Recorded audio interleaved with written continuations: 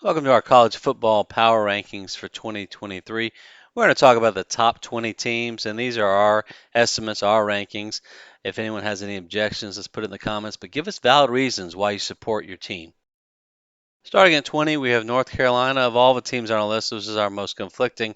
We do think that Drake May is going to make a difference here. At 19, we have Tennessee, and this is a team we feel could move up. You saw what they did in the Orange Bowl beating Clemson. We have a higher rank than this. They could upset some people this year. Number 18, we have Oregon State. Impressive 6-0 last six against the spread, including an upset win over in-state rival Oregon. At number 17, we have Utah, and really their ceiling depends on how much Cam Rising plays. If he plays the majority of games this season, we feel like they're a threat in the Pac-12. But if he's out a significant amount of time, we don't know. At number 16, we have Iowa, which features quarterback Cade McNamara coming over from Michigan, an elite defense, and a strong finish to the end of the 2022 season, which gives us optimism. And there's also optimism for number 15, Oregon, which returns starting quarterback Bo Nix. We have a legitimate Pac-12 title and playoff contender here. Bo Nix is the key. Can he stay healthy?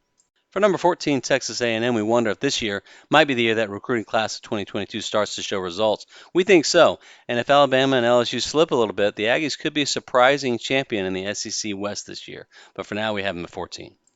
At number 13, we have Wisconsin, which we feel they've improved their passing game, great running game to go along with a solid offensive line.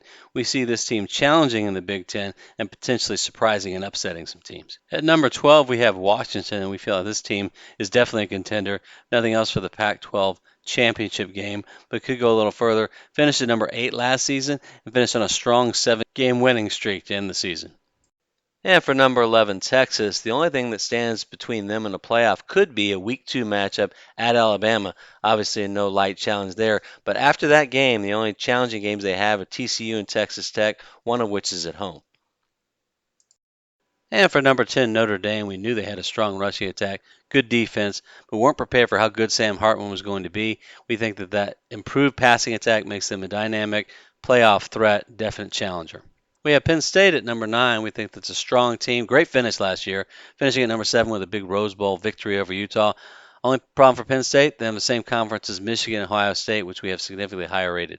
If they can win their matchup with Ohio State, they could make the playoff. We have Florida State at number 8, and we feel like they can give Clemson a run for their money for the ACC. One concern we have for Florida State, beyond the win over LSU last year, they had no major victories after that. They lost key games at home. We're curious to see what their ceiling is and can they beat Clemson. At number 7, we have the LSU Tigers, who returned Jaden Daniels at quarterback, a clear Heisman candidate.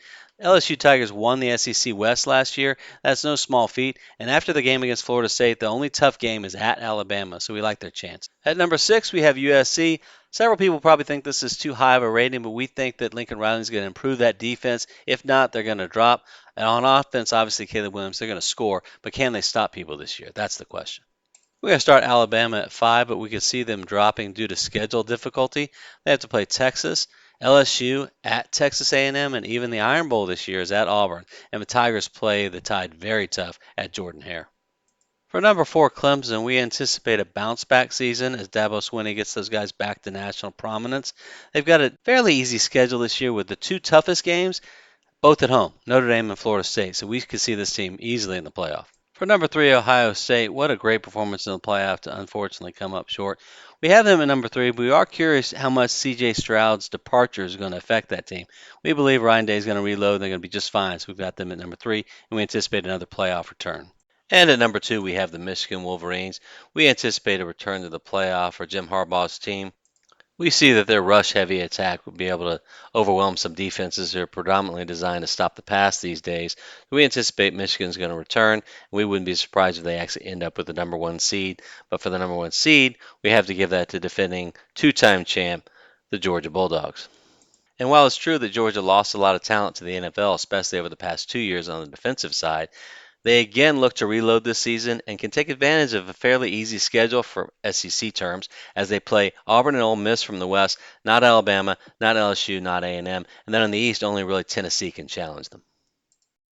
That's all for this time. Thank you for joining. Please subscribe to our channel, and we look forward to sharing our future videos with you.